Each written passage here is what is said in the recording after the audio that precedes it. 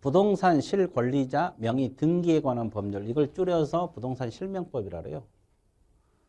부동산 실권리자 명의 등기에 관한 법률, 이걸 줄여서 부동산 실명법이라는 말을 쓰고 있는데, 가장 먼저 공부할 것이 명의신탁 약정이란 개념입니다. 약정이 뭘까? 부동산에 관한 소유권, 그 밖의 물건을 보유한 자 또는 사실상 취득하거나 취득하려고 하는 자가 타인과의 사이에서 내적으로는 실권리자가 부동산에 관한 물건을 보유하거나 보유하기로 하고 그에 관한 등기는 타인 명의로 하는 약정을 말한다. 이렇게 나와 있어요. 그죠? 그러니까 여기 보세요. 이 가부 건물입니다. 가부 건물이 있고 갑하고 을하고 명의신탁 약정을 맺어요. 그럼 명의를 맡기는 사람을 우리가 명의신탁자란 말을 써요. 그래서 줄여서 명신, 맡은 사람을 명의수탁자, 줄여서 명수 이렇게 표현합니다. 합의하는 게 약정이에요. 그러니까 명의신탁 약정이라는 것은 원래 실권리자, 실소유자가 갑이잖아요. 그런데 명의만 맡아달라 합의하는 거 약정이고, 명의를 맡기는 사람을 명의신탁자란 말을 쓰고 맡은 사람을 명의수탁자란 말을 쓰는데 명신, 명수입니다. 명의란 것은 등기 맡아달라는 거죠. 등기를 맡아달라 이 말이에요. 이해되셨죠? 그러면 대내적으로는 실권리자가 갑이에요. 그런데 겉으로 등기부상으로는 을이잖아요. 그래서 실소유자하고 등기부상 소유자가 다른 경우죠. 어차피 등기부 띄어봤자 을 앞으로만 돼 있을 거 아니에요, 소유자가. 그죠? 이것이 이제 이 내용을 말하고, 약정이란 건 둘이 합의하는 것을 말합니다. 자, 명의신탁이 아닌 경우가 있어요. 자, 채무 변제를 담보하기 위해서 채권자가 부동산에 관한 물건을 이전받거나 가등기한 경우, 이걸 줄여서 양도담보, 가등기담보란 말을 써요. 그죠? 양도담보, 가등기담보. 그리고 부동산의 이치와 면적을 특정하여 2인 이상 구분 소유하기로 하는 약정을 하고, 그 구분 소유자 공유 등기를 하는 경우, 그죠? 이걸 상호 명의 신탁이란 말을 씁니다. 서로가 명의를 신탁했다. 자, 그리고 신탁 재산인 사실을 등기. 이 세 가지는 명의 신탁으로 보지 않습니다. 자, 이것은 명의 신탁으로 보지 않는다는 것이 중요해요. 자, 그죠? 자, 다시 줄여서 양도담보, 가등기담보, 상호 명의 신탁, 신탁 재산, 이 세 가지는 명의신탁으로 보지 않습니다. 가등기 담보에 관한 법이 적용된다 할지 다른 법이 적용되는 거예요. 이것은 실명법을 적용받지 않아요. 왜? 명의신탁이 아닌 것으로 보기 때문에. 자, 명의신탁이 아닌 것, 또 명의신탁 특례 이런 걸 구별할 줄 알아야 돼요. 양도담보, 가등기담보, 상호명의신탁, 신탁재산, 이것은 명의신탁으로 보지 않는다는 걸 머릿속에 반드시 기억을 해 주셔야 돼요. 이해되셨죠? 자, 그 다음에 실권리자 명의 등기에 관한 의무 있죠. 누구든지 그랬죠. 부동산은 물건 동그라미 쓰세요. 자, 여기서 물건이라는 표현을 썼죠. 약정에서 명의수탁자 명의로 등기해서는 안 된다. 등기 동그라미. 자, 그러면 이건 이제 실명법 가장 근본적인 내용이잖아요. 법 3조이랑. 타인 명의로 약정에서 등기하지 말라. 그러면 여기서 물건이란 말을 쓰겠죠. 물건이 뭐예요? 뭐 소유권,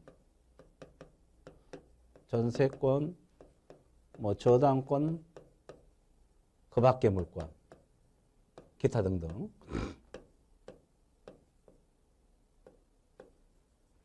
그러면 결국은 소유권만 타인 명의로 하지 말라는 게 아니라 전세나 저당, 기타 물건도 타인 명의로 등기하면 안 된다 이 말이에요. 뭔 소리 알죠? 자, 명의신탁 약정에서 타인 명의로 등기하지 말라. 그럼 반드시 소유권만 포함되느냐? 그게 아니고 전세, 저당, 그 밖에 물건이라고 표현을 했잖아요. 그리고 등기해서는 안 된다. 보통 우리가 등기는 소유권 이전 등기 생각하기 쉽죠? 이전 등기. 근데 소유권 보존 등기도 타인 명의로 하면 안 됩니다. 그래서 여기서 등기는 소유권 이전 등기, 소유권 이전 등기입니다. 그리고 소유권 보존 등기.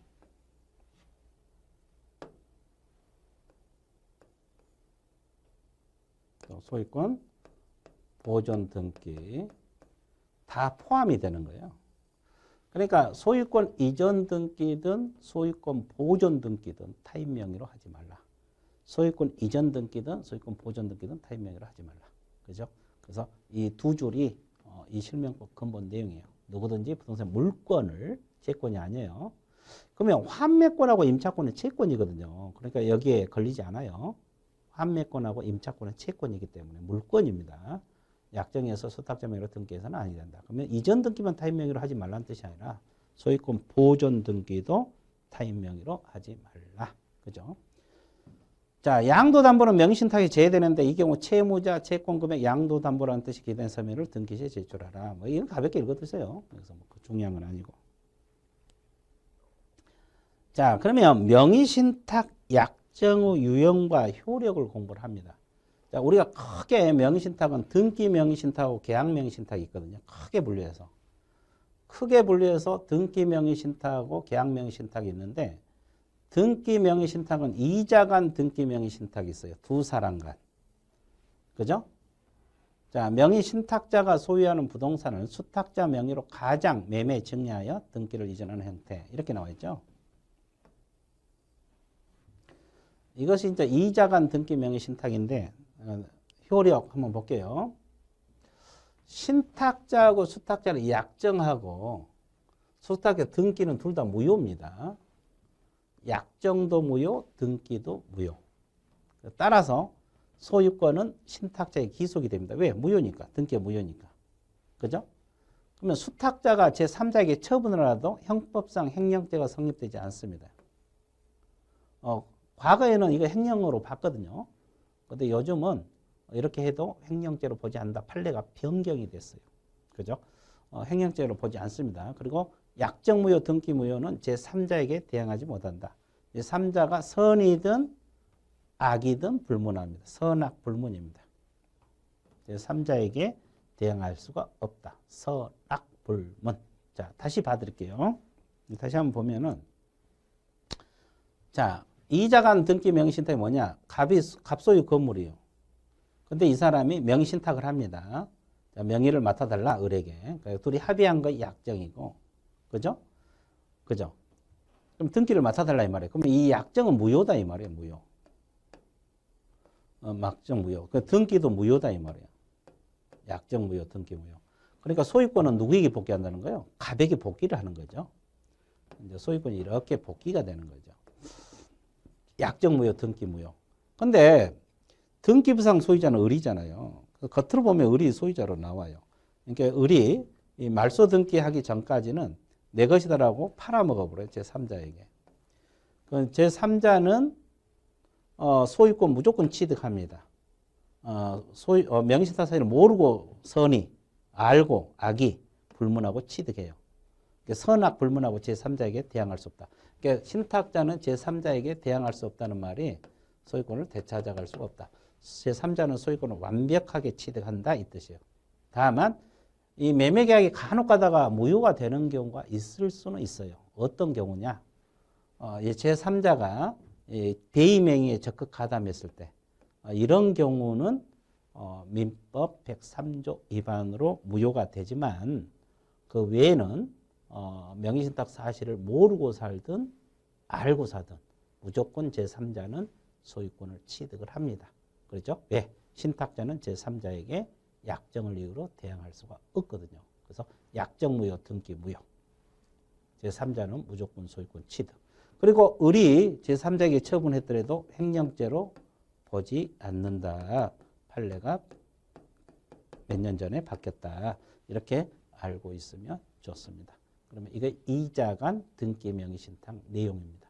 자, 이런 것을 머릿속에 가볍게 정리를 해주면 좋아요. 가볍게 정리해 주세요. 그러면 되는 거죠. 자, 그 다음에 3자 간 등기 명의신탁이 있어요. 이 3자 간 등기 명의신탁을 달리 표현해서 뭐라 그래요? 중간 생략 등기형 명의신탁 이렇게도 표현합니다. 왜 그러냐면 건너뛰거든요. 그래서 신탁자가 원소유자, 즉 매도인으로부터 매수하면서 명의신탁 약정에서 수탁자 명의를 빌어 등기를 이전하는 형태, 이걸 3자 간 등기 명의신탁, 중간 생략 등기형 명의신탁 이렇게도 표현합니다. 자, 그러면 구체적으로 효력하고 어떻게 되는가 다시 한번 봐드릴게요. 자, 넘어갈게요. 효력 한번 볼게요. 자, 명의신탁자하고 수탁자 간의 약정하고 수탁자 앞으로 등기는 둘 다 무효입니다. 똑같죠? 약정 무효, 등기 무효. 따라서 소유권은 원소유자, 매도인에게 기속이 됩니다. 자, 그리고 원소유자하고 매수인, 매매 계약은 자, 원소유자하고 매수인 사이 매매 계약. 매도인하고 원소유자가 매도인이거든. 매수인 사이 매매 계약은 유효합니다. 그리고 수탁자가 제3자에게 처분하더라도 행령죄가 되지 않습니다. 똑같죠? 자, 약정무효, 등기무효는 제3자에게 대항하지 못한다. 선악불문. 자, 이런 것은 이자가 나와 다 똑같죠? 자, 이게 효력입니다. 그러면 이 지문, 어차피 시험은 지문으로 나오잖아요. 지문으로 나오는데 이 지문을 봐가지고는 뭔 소리인지 또 모르잖아요. 그러죠? 그래서 그림으로 다시 한번 봐드릴게요. 자, 3자간 등기명의 신탁. 자, 이것을 3자간 등기명의 신탁을 중간 생략 등기역 명의 신탁 이렇게 해요. 자, 보세요. 이 갑소유 건물입니다. 이게 원소유자이자 매도인입니다. 자, 원소유자 매도인. 그다음에 이 매수인하고 매매 계약을 합니다. 그러죠? 그러면 이 매매 계약을 했으면 을이 산 거잖아요. 근데 이렇게 이전 등기가 넘어와야 되잖아요. 등기가. 근데 을이 자기 앞으로 등기하기 싫다고 명의 신탁을 합니다.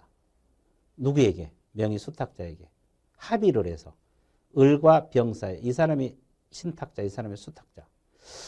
갑이 매도인, 매수인. 이 매매 계약. 그리고 을하고 병. 샀으면 자기 앞으로 등기해야 하는데 명의를 맡아달라. 그래서 등기를 맡아달라. 그래서 알았다. 수탁을 합니다. 그래서 둘이 약정을 해요. 그죠? 그러면 이 약정은 무효입니다. 명의신탁 약정은 무조건 무효입니다. 그리고 등기도 방금 무효라 그랬죠? 약정 무효, 등기 무효가 되는 겁니다. 이론에서 그렇게 봤잖아요. 약정 무효, 등기 무효. 그러면 병, 수탁자 앞으로 등기는 무효. 그럼 소유권이 어디로 복귀하겠어요? 갑에게 복귀를 합니다. 근데 이 매매 계약은 그 무효냐? 유효입니다. 유효. 매매 계약은 유효라 그랬어요. 매도인하고 매수인 사이 매매 계약은 유효. 그러면 자, 이 등기가 무효이기 때문에 자, 이 사람이 소유권을 취득하지 못합니다. 병은. 그래서 소유권이 갑에게 복귀가 돼요. 그래서 을이 직접 병을 상대로 말소 등기를 청구한 게 아니라 갑을 대의해서 을이 갑을 대의해서 말소 등기 청구하잖아요. 그러면 소유권이 원소유자 갑에게 복귀가 됩니다. 그러면 이제 매매 계약은 유효이기 때문에 그 이후에 소유권 이전 등기를 청구해서 명의 신탁자, 즉 매수인이 소유권을 되찾아올 수가 있어요. 자, 을이 갑을 대해서 말소 등기 청구하고 그러면 복귀가 되면 을이 갑을 상대로 소유권 이전 등기 청구해서 되찾아올 수 있다 이 말이에요. 이해되셨죠? 왜? 매매는 유효니까 가능해요. 자, 이겁니다. 그리고 이 수탁자가 명의를 맡고 있었죠. 그런데 말소 등기하기 전까지는 병이 소유자죠. 겉으로. 그러니까 제3자에게 팔아버려요. 그러면 제3자는 정이죠. 선악 불문하고 소유권을 취득한다. 명의신탁 사실을 모르고 샀든 알고 샀든 무조건 소유권을 취득한다. 이 뜻이고. 그러면 수탁자 처분 행위는 형법상 횡령죄로 보느냐? 방금 이야기했죠. 횡령죄로 본다고 했습니까? 안 본다 그랬어요? 횡령죄로 보지 않는다. 이렇게 이걸 공부를 이론상 한 겁니다. 그래서 이제 여러분들이 실명법은 자주 틀리는 이유가 자주 틀리거든요. 왜 틀리냐면 방금 그 이론을 읽고 문장을 읽고 머릿속에서 이 그림이 그려져야 돼요. 머릿속에 그려져야 되는데 이 머릿속에 그 내용이 안 그려지니까 문제가 생기는 거죠. 그래서 또 그림만 보면 또 이해는 했는데 문장이 나오면 또 틀려버리고 이렇게 문장도 보고 그림도 이해를 하고 그래야지 문제를 풀 수 있어요.